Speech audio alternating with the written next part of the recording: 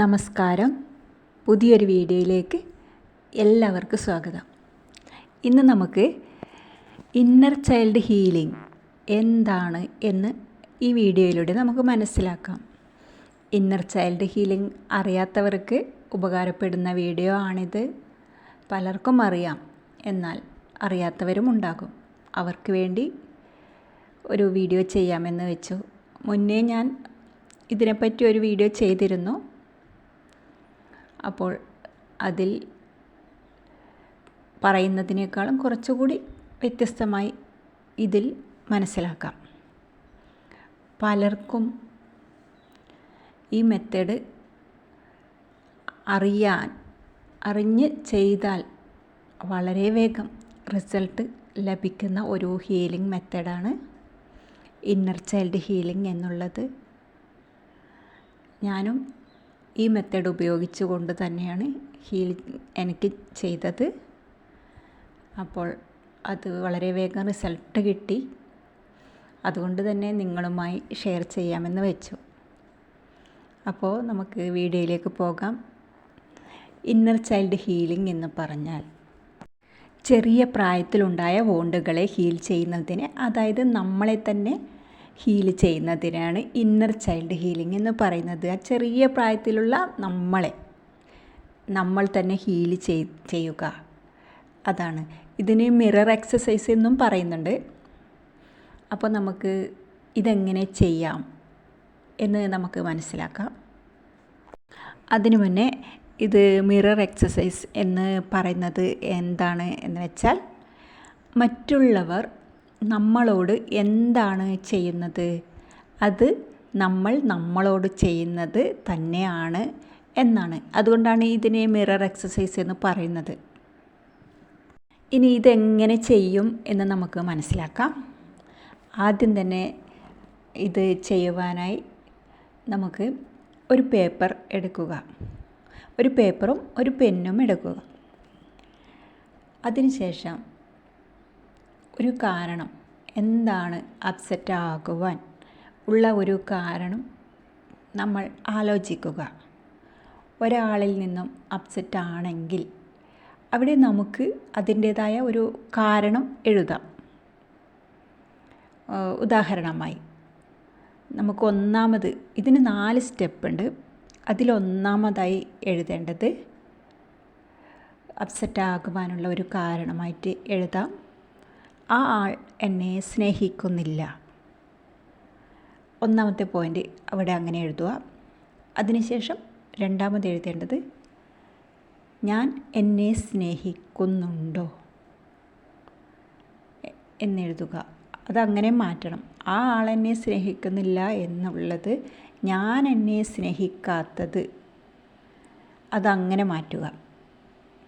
അപ്പോൾ മൂന്നാമതായി എഴുതേണ്ടത് എന്താണ്? ഇത് സത്യമാണോ? അതിനുശേഷം ആലോചിക്കുക. കുറേ സമയം ആലോചിക്കുമ്പോൾ നമുക്കത് സത്യമാണ് എന്ന് മനസ്സിലാകും. ഞാൻ എന്നെ സ്നേഹിക്കാത്തതാണ് ആ ആളെന്നെ സ്നേഹിക്കാത്തത് എന്നുള്ള തോന്നൽ, അത് സത്യം തന്നെയാണ്. അത് എപ്പോഴും സത്യമായിരിക്കും. മൂന്നാമത്തേത് ഇത് സത്യമാണോ എന്നാണ്. അത് സത്യമാണ് എന്നായിരിക്കും അതിൻ്റെ ആൻസർ നമുക്ക് കിട്ടുന്നത്. അപ്പോൾ ഇതെങ്ങനെ സത്യമാകും എന്ന് വെച്ചാൽ, എൻ്റെ ഉള്ളിൽ നിന്നുള്ളതാണ് അങ്ങോട്ട് പോയി അത് റിഫ്ലക്റ്റ് ചെയ്യുന്നതാണ്. അതായത് മറ്റുള്ളവർ എന്നെ സ്നേഹിക്കുന്നില്ല എന്നുള്ളത്, ഇത് സ്നേഹിക്കുന്നില്ല ഇല്ല എന്നുള്ളതാണല്ലോ അങ്ങോട്ട് പോയിക്കൊണ്ടിരിക്കുന്നത്. അപ്പോൾ ആ പോകുന്നത് തന്നെ ആയിരിക്കും ഇങ്ങോട്ടേക്ക് വരുന്നത്. അതുകൊണ്ടാണിത് യെസ് എന്ന് ആൻസർ കിട്ടുന്നത്. ഇനി അടുത്തത് 4ാമത്തെ സ്റ്റെപ്പാണ്. ഇനി 4ാമതായി എഴുതേണ്ടത് എന്നോട് സ്നേഹമില്ല എന്ന് തോന്നിപ്പിച്ച ആ ഒരു സംഭവം അതുണ്ടല്ലോ, എൻ്റെ ചൈൽഡ്ഹുഡ് നടന്നിട്ടുണ്ട് ആ സംഭവം. അപ്പോൾ ആ സംഭവം കണ്ണടച്ച് കുട്ടിക്കാലത്തേക്ക് പോകുക. അപ്പോൾ ഓർമ്മയുണ്ടാകും അനുഭവിച്ച ആ ഒരു സംഭവം. അതെല്ലാം കണ്ണടച്ച് ഫീൽ ചെയ്യുക. എന്തൊക്കെ ഉണ്ടായി അതൊക്കെ ആക്സെപ്റ്റ് ചെയ്യുക.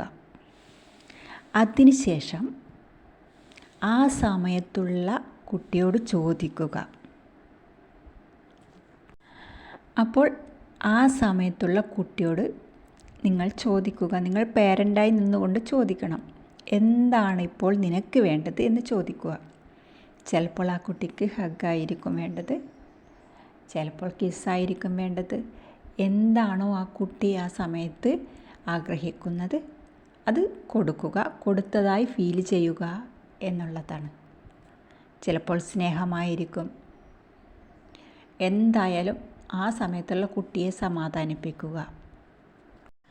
അപ്പോൾ ഇങ്ങനെ ചെയ്യുക.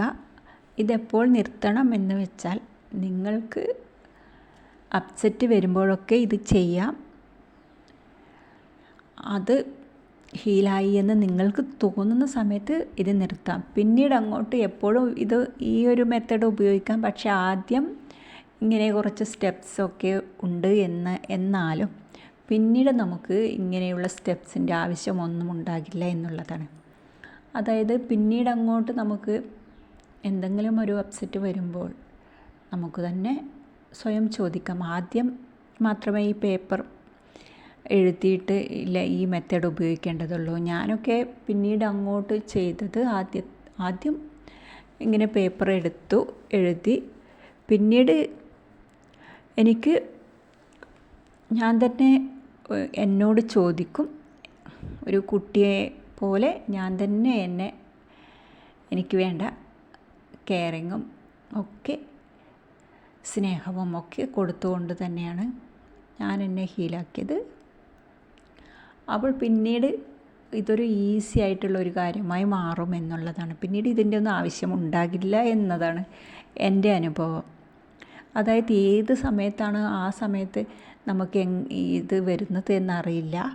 അപ്പോഴൊക്കെ നമ്മൾ കുറച്ച് തിരക്കിനിടയിലാണ് നമുക്ക് അപ്സെറ്റ് വരുന്നത് എങ്കിൽ നമുക്ക് ടൈമുള്ളപ്പോൾ ഇതിനായി സമയം കണ്ടെത്തി നമുക്ക് തന്നെ ഒരു 5 മിനിറ്റ് തന്നെ എടുക്കില്ല എന്നുള്ളതാണ്. നമുക്ക് തന്നെ നമ്മളോട് ചോദിക്കാം എന്താണ് വേണ്ടത്.